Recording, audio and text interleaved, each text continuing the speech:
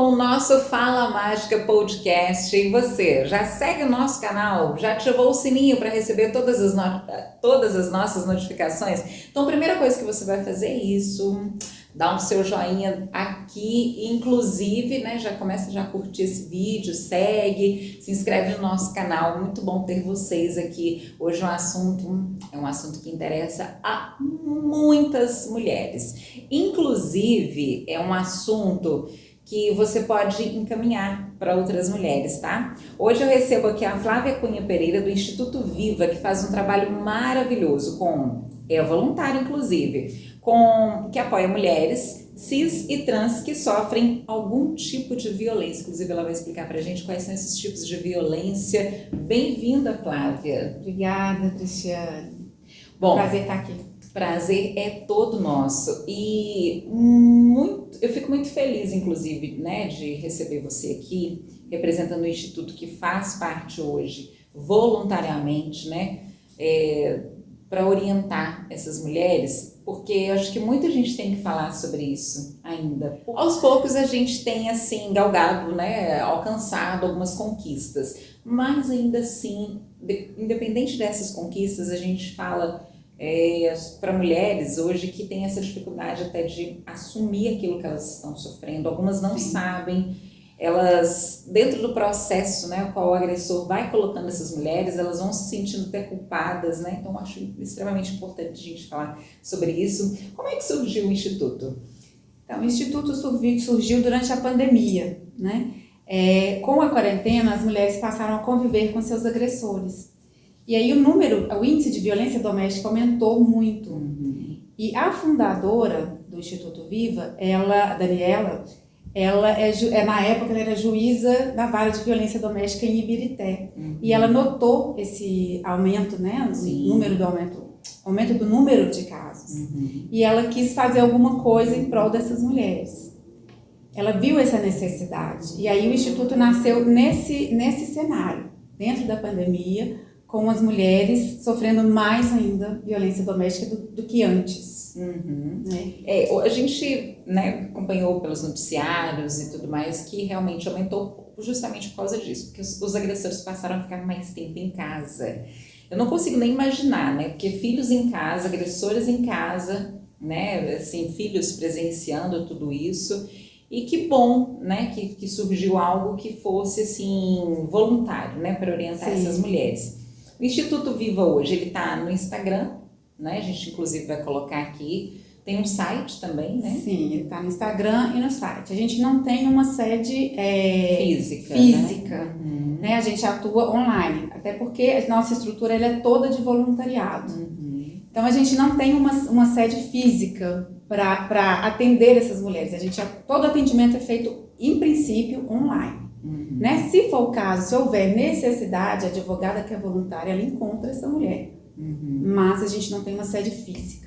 Tá, mas eu acho que o mais importante é justamente esse primeiro contato, né? Porque muitas delas não têm a quem recorrer.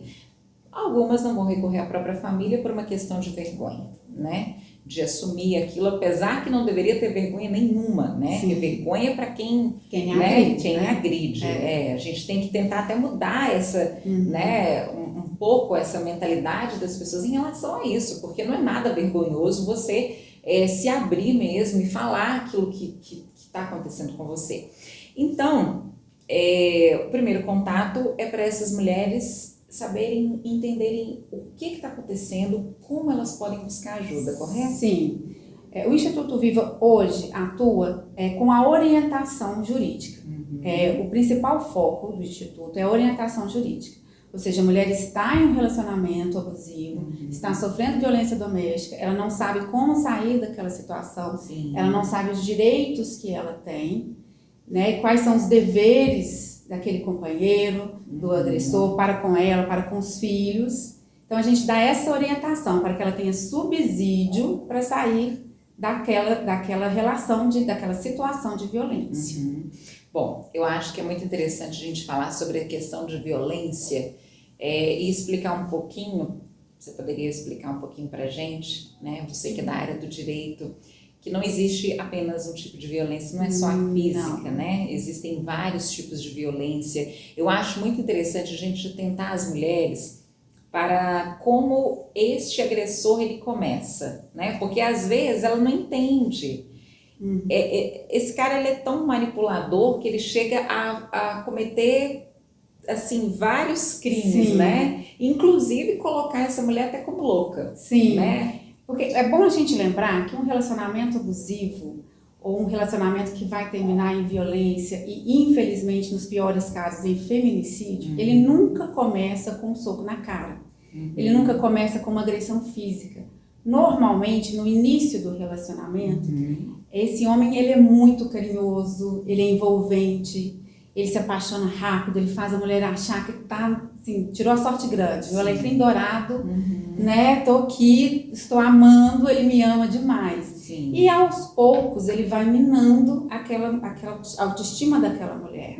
Ele começa dessa forma, colocando a mulher para baixo. Aí é uma roupa, não gostei, uma roupa que ele não gostou.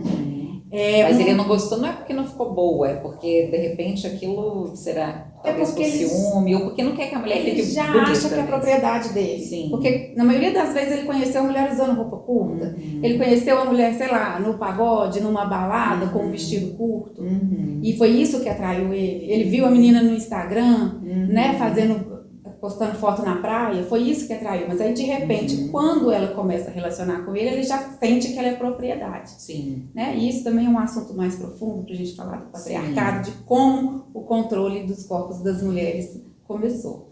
Mas, voltando para o relacionamento, aí ele sente ciúme, por exemplo, da roupa que ela está usando.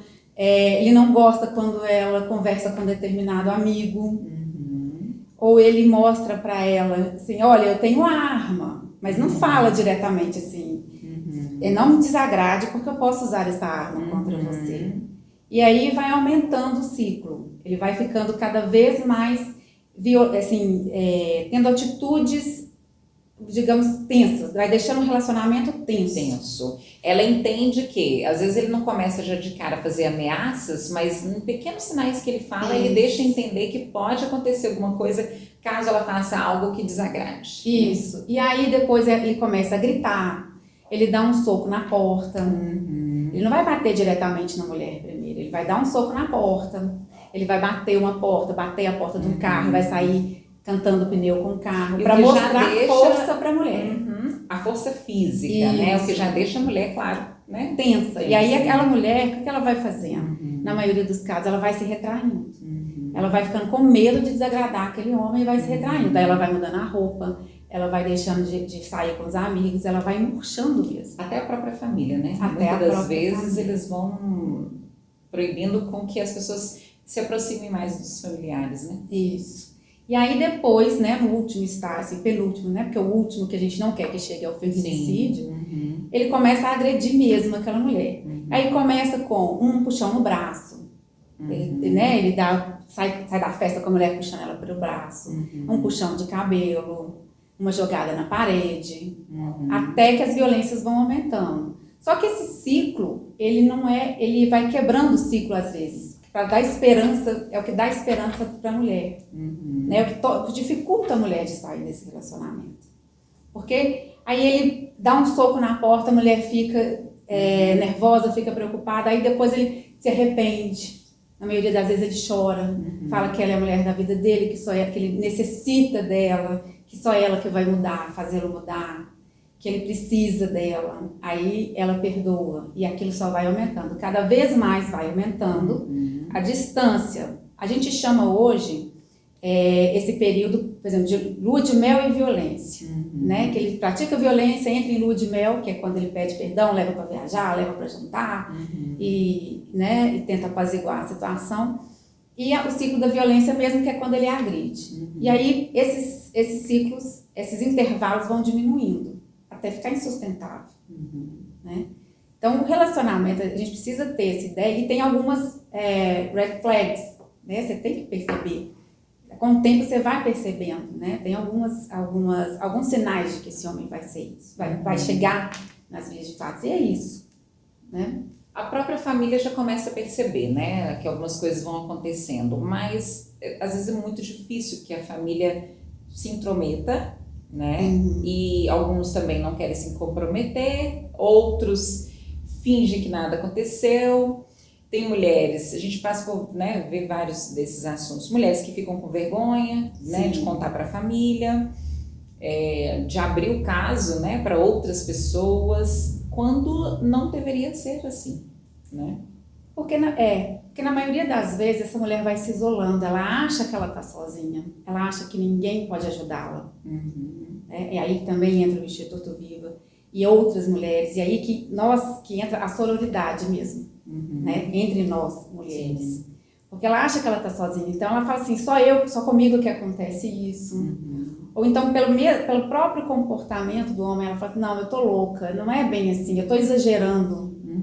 Né? Porque ele é até legal comigo, né? O problema é só quando ele bebe, ou é só quando ele está nervoso, ele está passando por problema no trabalho, mas ela vai se isolando, então ela não sabe, que ela fica com medo do que as pessoas vão falar primeiro, né? E ela vai se isolando mesmo do mundo e acha que ela não tem como ser ajudada.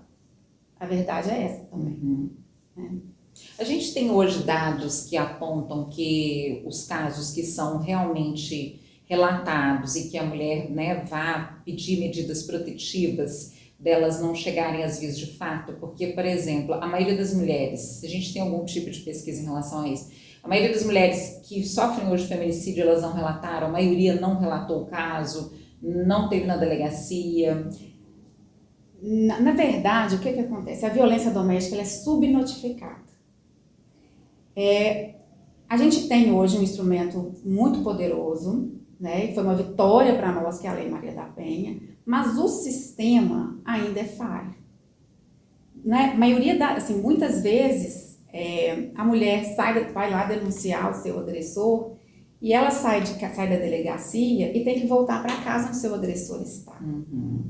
Hoje isso mudou porque o delegado ou a delegada de polícia que atende essa mulher, ele tem autonomia para decretar a medida protetiva de afastamento do lar. Mas na maioria das vezes ela ia. Então a mulher não confiava. Então não é assim, esse dado específico de que os feminicídios que acontecem a maioria deles não foram notificados, a gente não tem, porque a gente não tem como mensurar por causa da subnotificação. Mas muitas mulheres que notificaram, que tinham medidas protetivas, foram mortas pelos seus ex-companheiros, pelos seus companheiros. Isso é fato. Agora, um dado específico, essa porcentagem a gente ainda não tem por causa da subnotificação mesmo. E essas mulheres, então, a hora que a gente chega, como que ela poderia agir? Se ela viu que está acontecendo tudo isso, sofreu, né, violência, muitas das vezes elas passam a ficar meio que perseguidas, né, até para que elas não possam tomar alguma atitude. O que vocês recomendam que elas façam, assim, quem elas procurem primeiro, como elas podem fazer para que ele não perceba, né, antes dela procurar ajuda, procurar uma delegacia, para que a situação também não fique pior, né?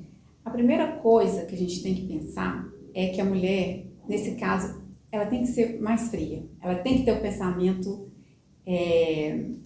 racional, e que é muito difícil. Muito difícil. Mulher é mais emoção, né? Porque não é fácil você sair de um relacionamento. Você precisa primeiro montar uma rede de apoio para conseguir sair desse relacionamento. Agora, a principal coisa é a informação. A mulher tem que saber quais são os direitos dela, ela tem que conhecer quais são os mecanismos de proteção dela, dos filhos dela, porque a maioria delas também tem filhos. Ela tem que conhecer, saber o que ela pode fazer. Conhecer a Lei Maria da Penha. E como assim, a maioria delas não tem esse conhecimento jurídico, aí que a gente entra. Né? Então é importante ela conhecer quais são os mecanismos. A primeira coisa que ela tem que fazer quais são os mecanismos que ela tem de defesa e de proteção para ela e para a família. E qual que é o primeiro passo? Seria esse? Ela teria que fazer o quê? Primeiro ir na delegacia, fazer um boletim de ocorrência? Sim, ela tem que fazer o boletim de ocorrência para conseguir, inclusive, a medida protetiva. Sim. Então ela pode procurar a delegacia mais próxima, né? Delegacia de Mulheres. Sim. E se Porque caso não haja, por exemplo, se for no meio de uma violência, ligar para o 190, né? Agora é muito difícil a mulher no meio de uma violência conseguir ligar. E aí que entra outro benefício, hoje em dia qualquer pessoa pode denunciar uma violência doméstica. E pode ser anônimo.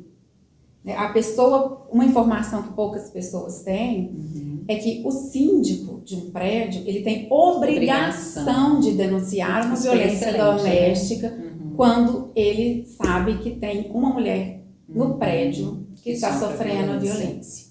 Já é mais um ganho, né? Então a violência doméstica hoje, ela não precisa ser denunciada só pela agredida. Qualquer pessoa pode denunciar. Sim. Ótimo. E aí, o primeiro passo, então, seria fazer isso, né? Procurar, se tratando de uma mulher casada e com filhos. Nem sempre o primeiro passo é fazer o BO, porque é uma situação muito complexa. Sim. Em muitos casos, a gente tem uma mulher que é dependente econômica do marido. Ela tem filhos. Sim. Ela está emocionalmente, ela está deprimida, ela está emocionalmente vulnerável, né?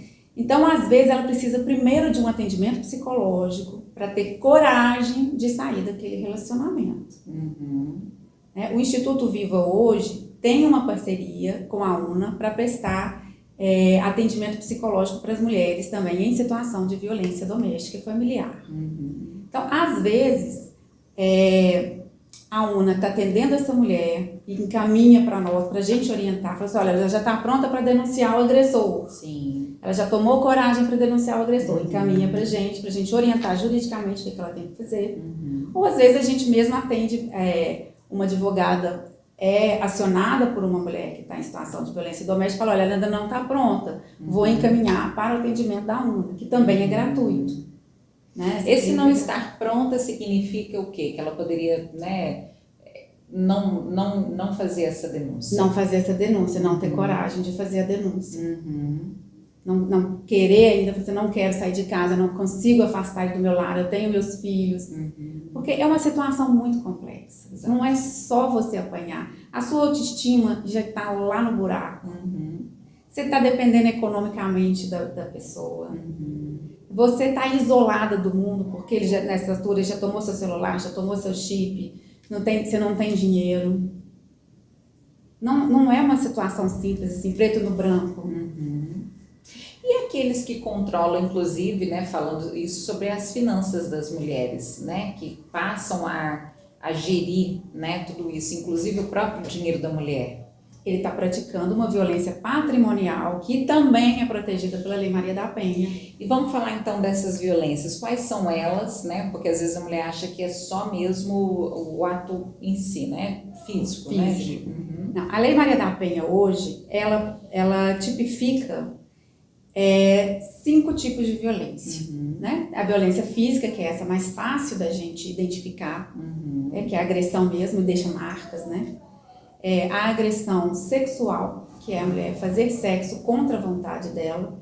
E aí é bom lembrar que a agressão sexual não é só aquele cara que pega a mulher e leva pro beco, não. Faz, né, essa ideia estereotipada que a gente tem de estuprador. Sim. O marido, quando insiste para a mulher fazer sexo contra a vontade dela, ele está estuprando a mulher. Né? A gente tem a violência patrimonial, que é essa que você falou. Ele toma o dinheiro, ele quebra os pertences da mulher, ele toma os documentos dela. Eu já vi caso do sujeito que tomou o chip da mulher, do telefone da mulher, né? Isso é a violência patrimonial. A gente tem a violência moral, que é o sujeito, o agressor, ele inventar calúnias sobre a mulher, né? Até online mesmo, falar mentiras, chamar de um monte, né, de nomes aí, inventar que ela está fazendo isso, que ela está fazendo aquilo. E a gente tem a violência psicológica, que é essa que você também mencionou no começo, que é assim, a mulher fica achando que ela é louca. Né? Ele mina a autoestima dela, começar porque você está fora do peso, você está gordinha, eu não falei isso que você está falando que eu falei, você está louca. Ele muda as coisas de lugar para poder falar, olha, eu falei com você que eu não tinha deixado essa chave aqui. Aqui, você tá vendo chave, sabe? E essas são as 5, sim. Mas é muito comum de acontecer. A gente vê isso, assim, é muito próximo da gente. E aí tem a nossa situação também, né? Que quando percebe que algo não está bom, que aquele relacionamento não está bom. Hoje dá pra gente perceber que a maioria dos casais que a gente tem contato, no nosso próprio convívio, são pessoas que já não estão felizes, já não estão vivendo aquele mar de rosas, né? E que vão realmente deixando o tempo passar, perdendo a vida, empurrando com a barriga, né? Pois é, e por isso é muito importante essa união entre as mulheres. Porque a maioria delas, às vezes a pessoa só está num relacionamento ruim mesmo. Não sei nem se eu posso falar, isso aqui está num relacionamento bosta mesmo. Mas às vezes já passou para o plano da violência, né, da agressão. Sim. E o que a gente faz? Você percebe que a sua amiga está esquisita, que ela está amuada, que ela está triste, você perceber que tem alguma coisa errada, pergunta para sua amiga, se coloque à disposição, porque depende muito disso também, da mulher se sentir acolhida, para ela ter coragem, ela precisa se sentir acolhida, ela tem que saber que ela saindo dali, ela vai encontrar um acolhimento. Então, porque é realmente muito difícil. Né? A gente vê muitos relacionamentos tóxicos hoje em dia. E eu acho que é uma coisa que é inadmissível, a gente vê as próprias mulheres falando que, mas ela fez o que mesmo? Mas como é que era mesmo? Pô, mas ela só usava aquela roupa curta, não justifica, nada justifica uma agressão, né? E às vezes eu vejo mulheres falando, eu falei, não, mas eu acho que você tem que rever o seu conceito e mudar um pouco a sua visão. E durante muito tempo a gente ficou, né, com essa, por essa questão, né, patriarcal mesmo, de falar, sempre colocar a culpa na mulher. Mas ela sofreu isso, ela fez isso, mas e aí? O que ela fez? Mas também fulana fez isso. Fulana era desta forma. Inadmissível, né? Sim, a mulher ainda é muito vitimizada. E é outra coisa que... E colocada como culpada, sim, né? É outra coisa que dificulta a denúncia. Não só de violência doméstica e familiar, mas também nos casos de estupro e abuso sexual, é muito difícil. Porque até a mulher entender... lidar com aquela situação, uma violência muito grande para a mulher. Até ela entender, lidar com aquela situação, que ela não é culpada, demora muito tempo. E a gente tem que mudar esse conceito de que a mulher é culpada, não é. Sabe por quê? Se você for argumentar, são argumentos que caem por terra. Porque a Índia é um dos países que mais tem estupro no mundo. As mulheres lá andam de sari. Então não é a roupa curta, você entende? Que provoca os homens. Né? É o comportamento dos homens, é o comportamento dos homens que tem que mudar. Não é a mulher que tem que adequar o seu comportamento, a sua roupa, para agradar ou não provocar os homens. Isso já vem também lá na infância, né? Atenção às mulheres que têm os filhos aí, né? Vamos... mudar, né? Começar a mudar já esse pensamento dessas crianças lá, nem sei se isso é possível também, se esse agressor, ele já, né, já é agressivo, já por natureza dependente da questão familiar, ou se isso vem mais do comportamento familiar mesmo, de como ele foi criado. Na verdade, eu não acredito nessa crença de que é de natureza. Na verdade, as pessoas são moldadas. Particularmente nos homens, essa questão da violência já é moldada nos homens há muito tempo. Ele viu o pai fazendo com a mãe. Não, e muito antes disso, assim, já está tão enraizada na nossa cultura que os homens vão para a guerra, quando eles são crianças eles brincam de lutar, que homem é forte, que homem é isso, né? Já está tão enraizada essa questão da violência nos homens que eles acham que a gente se confunde, acha que isso é da natureza do homem, é da natureza do homem ser violento, é da natureza da mulher ser calma. Não é. Isso não é fator biológico. Né? Não está no DNA, está na construção social. Essa construção social tem que mudar. E a gente muda com educação e informação. E essa construção, falando dessa parte social, a questão da violência hoje, ela não está somente nas pessoas de baixa renda. A violência acontece também nas classes de poder aquisitivo maior. Em todas as classes. Em todas as classes. Muito. Acontece que talvez as pessoas, mulheres de um poder aquisitivo mais alto, elas denunciam menos, né? Há uma subnotificação, porque elas acham que elas têm mais a perder, elas acham que serão mais expostas. De acordo com o Instituto Patrícia Galvão, o que a gente tem hoje em dados é que a maior parte dessa violência acontece, sim, nas classes de baixa renda e com mulheres pretas. Mas é porque há uma subnotificação. Elas denunciam mais. Por outro lado, elas denunciam mais. Correto. Ou as pessoas em volta denunciam mais, né? Hoje em dia todo mundo pode denunciar uma violência doméstica. Denunciam mais a violência que elas sofrem. O dado que a gente tem hoje é esse. Mas não quer dizer que seja um dado real. Porque, como eu disse, a violência, ela é muito... Tanto a violência tanto a violência no domicílio familiar e tanto quanto o estupro, eles são subnotificados. Bom, falando também de violência ainda, a gente tem uma outra questão, que é a violência sofrida por meninas, né? As adolescentes. E a gente hoje vê que isso acontece muito no âmbito familiar, né? Sim. Mais próximo. Como que uma menina hoje que sofre, né, esse abuso, como que a mãe chega a perceber que essas coisas estão acontecendo? Porque muitas das vezes elas são ameaçadas, né? Ou não querem falar, né, sobre isso. É muito difícil para uma mãe perceber, eu acho, que essa menina está sendo violentada. E para essa menina também. O que a gente tem que fazer, não só como mãe, como mulher, é ficar atenta aos sinais. Né? Como que essa menina está se comportando. Né? Se ela está ficando mais retraída. E conversar com essa menina. Os pais têm que ter um diálogo aberto. A escola tem que ter um diálogo aberto. Por isso que é tão importante ter aula de educação sexual nas escolas. Agora, muitas das vezes, esse assunto chega primeiro nas escolas, né? Então, por isso que é importante a gente ter educação sexual nas escolas. Porque educação sexual não é para ensinar a menina e o menino a ter relação sexual. É para ensinar justamente os limites do corpo, os limites do toque. Né? A partir de quando, o que é consentimento. Isso é importante. Exato.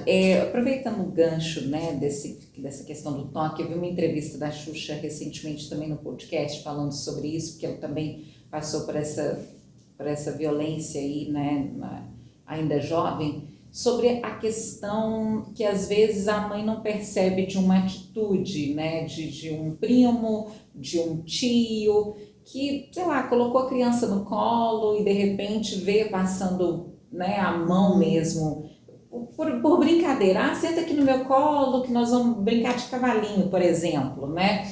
E dali e se entende para o pai que é uma brincadeira e na realidade não é, né? Ele está ali aproveitando para realmente ou tocar nas partes íntimas da criança ou para colocar, né, próximo ao próprio órgão genital. Então, que os pais fiquem atentos a isso também, porque não é somente a condição assim, do ato sexual em si, né? Do estupro, mas molestar. Assim, do molestar. Senta aqui no meu colo, de repente passa a mão no seio da menina, enfim. Outras, vamos brincar aqui, né? E começa, sei lá, né, beijar o próprio pescoço da criança. Então, são coisas que os pais têm. E outra coisa, não ficar deixando o filho sozinho. Você tá num cômodo da casa, o filho tá lá, de repente fechou porta, nada de porta fechada, né? E outra coisa, a criança tá lá, sempre vá, não deixe em cômodos separados, porque, gente, isso acontece muito dentro do próprio âmbito familiar. Não deixar ali junto, né? Deixar a criança, eu vou sair, ela vai ficar com o primo, vai ficar com o irmão mais velho, porque, gente, irmão mais velho também comete atos contra os irmãos mais novos. né? Então, assim, não adianta a gente colocar uma situação familiar como se ela fosse a mais protegida, mais romantizar isso, né? Não é, né? Até porque a maioria dos estupros acontece no âmbito doméstico. Uhum. Ou é dentro da própria casa, ou é com parentes próximos ou vizinhos. Uhum. A maioria absoluta dos estupros, ou amigos até, por exemplo, no caso de adolescente, né? Acontece muito em festas, né? Que as meninas bebem e são estupradas pelos meninos. Sim. Mas o abuso infantil acontece muito, a maioria é no ambiente familiar. Então, o que é importante? Conversar com essa criança, orientar. Não ter medo de falar os nomes das coisas, não pode ter medo de dar o nome. Você tem que orientar, saber explicar para essa criança o que é consentimento, quais são as partes dela que ninguém pode tocar. E dar abertura para essa criança falar com os pais, sem medo de ser julgada. Porque quando essa abuso acontece no âmbito familiar, a menina normalmente é chantageada, né, pelo agressor. Olha, não conta para sua mãe, né, não conta para o seu pai, porque senão ele vai brigar contigo, ele vai brigar comigo. Mas se é uma coisa que não pode contar, tá errado. Porque se não tivesse nenhum problema, poderia contar para os pais, correto? Correto. Então, o mais importante é isso, você tem que orientar as crianças. Dentro de casa e nas escolas. Não pode ter vergonha de conversar com seu filho e achar que isso é antecipar a sexualização da criança. Não, é proteger. Isso é questão de proteção. E quando aconteceu alguma coisa, BO. Se a mãe percebe alguma coisa, BO, boletim de ocorrência. Até porque se essa mãe percebe alguma coisa e não faz o boletim de ocorrência, ela vai ser responsabilizada. Né? E aí sim ela pode perder uma guarda de um filho, né? De uma criança. Então é obrigação dos pais fazer isso. Vamos supor, vou dar aqui um exemplo, né? Isso pra gente ver essa questão jurídica. Se eu sou uma pessoa que eu vejo, né, dentro do meu âmbito familiar, alguma criança sendo... percebi que essa criança sofreu violência, a mãe também percebeu e eu percebi que essa mãe, é um caso complexo, né? E eu percebi que essa mãe não denunciou esse agressor. Se eu fizer essa denúncia, essa mãe corre risco então de perder a guarda do filho. Sim. O que prevalece é o interesse do menor. Né? E a gente tem um conselho, ECA, né? A gente tem o Estatuto da Criança e do Adolescente que garante essa proteção do menor. E a gente tem um conselho tutelar que atua nessa função de proteger o menor. Então, se essa mãe toma conhecimento, ou esse pai, né? A gente está falando só da mãe aqui, mas uma vez a gente está colocando a culpa em cima da mãe. Não podemos. Vamos parar com isso. Às vezes é um o pai tio, também, exatamente. Às vezes é um tio que está fazendo a violência com a menina. Se o pai percebe, ele tem a obrigação de denunciar. É isso. Os pais também são muito responsáveis, não vamos colocar realmente só a culpa, né? Não vamos, aliás, colocar a culpa só nas mulheres, não, porque os homens também têm a participação totalmente incítrica aí, né? nesse conduzir de família, né? A gente tem que começar a responsabilizar os homens. É verdade. Responsabilidade parental tá aí para isso. Vamos começar a responsabilizar. Bom, a gente fala, né, da questão das mulheres, os homens, o que eles poderiam fazer também para atuarem junto a isso? Porque a gente também sabe que tem muitos homens que são totalmente contra, né? A gente não pode também, né, generalizar. Então, tem muitos homens que são totalmente contra isso. E como que os homens podem atuar, seja, né, às vezes no âmbito familiar mesmo, com um amigo? Então, para a gente mudar essa situação de violência doméstica e familiar, de estupro, a gente necessita da ajuda dos homens, porque só as mulheres não vão conseguir sozinha, mesmo que a gente se ajude muito uma a outra, porque quem agride as mulheres são os homens, né, em sua maior parte. Quem estupra as mulheres são os homens. Então a gente precisa de uma modificação do comportamento deles. Então esses que já adquiriram consciência, muitas vezes a gente recebe na nossa DM, no Instituto, manifestações de homens falando, olha, estou sensibilizado, quero ajudar.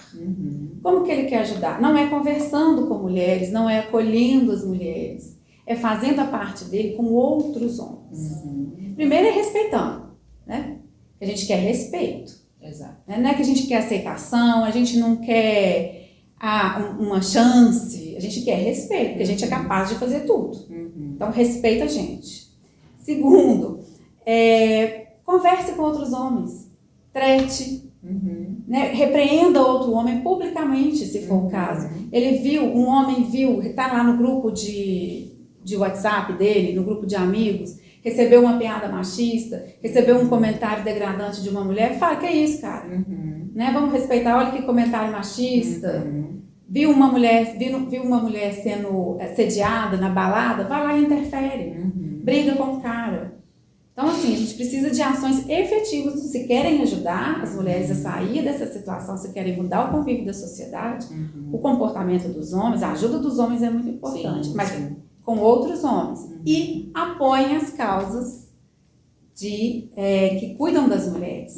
Faz um Pix, faz uma doação para uma instituição, né? Então, esse tipo de ajuda é muito importante. Agora, o acolhimento, o atendimento psicológico, o atendimento nas delegacias, o atendimento médico. Quando a mulher sofre uma violência desse tipo, ela quer ser acolhida por outra mulher, porque na maioria das vezes ela não quer nem ver homem pela frente, pelo menos não naquele momento, né? Esse acolhimento, essa rede de acolhimento a gente tem. A gente precisa que os homens atuem com os outros homens. Aí sim a gente vai ter uma mudança significativa da sociedade. E é importante a gente dizer que briga de marido e mulher a gente se mete a colher, sim, né? Sim. A famosa frase aí que com certeza deve ser mudada. E a gente pode evitar um feminicídio aí se a gente meter a colher, né? Com certeza. Vamos agora deixar aqui, nosso bate-papo está muito bom, foi muito produtivo, tenho certeza que muita gente vai poder encaminhar, né, esse vídeo para mulheres, porque isso que é importante, gente, dessa conversa você perceber e encaminhar para outras mulheres, para que elas percebam, porque muitas não percebem até para que caminho aquele relacionamento está tomando, né? E elas às vezes sentem culpadas por causa disso. Esclarecer outras coisas, você que, né, é pai, é mãe, enviar para quem também, né, pai e mãe, para tomar mais conta, né, dos filhos e entenderem esse processo. E eu gostaria de deixar aqui mais uma vez que você falasse para a gente, Flávia, as redes sociais, para que as mulheres possam aí pedir o primeiro acolhimento, né, através das redes sociais de vocês. Como que vai ser essa atuação, que ela pode passar o WhatsApp ou pode mandar uma DM para vocês e pode ser através de encontros, se ela às vezes não tiver acesso, né, à própria rede social dela. Como que é feito? Hoje o atendimento é feito, o primeiro contato da mulher que está sendo vítima de violência doméstica e familiar é através das nossas redes sociais mesmo, através do nosso site. Bom, então deixa eu falar aqui para vocês, olha, os canais de comunicação do Instituto Viva. Primeiro, no Instagram, @viva.instituto, e também o site, que já tem o link lá para você entrar e começar esse contato, é o vivainstituto.org.br, tá? O telefone de contato tem o 31 99833 1511. Vai estar tudo aqui, ó, para vocês aqui, tá bom? Que é o Instituto Viva, né? Que faz esse trabalho aí. E tem uma frase muito legal que eles falam, que é: queremos mulheres vivas. Sim. Né? E aí, só lembrando que esse contato primeiro é feito por um desses canais. A mulher agredida, né? A mulher vítima de violência doméstica familiar, ela vai preencher um formulário, fazer um contato preliminar e ela vai escolher a forma como a advogada vai entrar em contato com ela, da forma como for mais seguro para ela. Ótimo, muito obrigada e parabéns a vocês. Obrigada. Por fazerem esse trabalho todo voluntário. Obrigada, é um prazer estar aqui. Prazer é todo meu.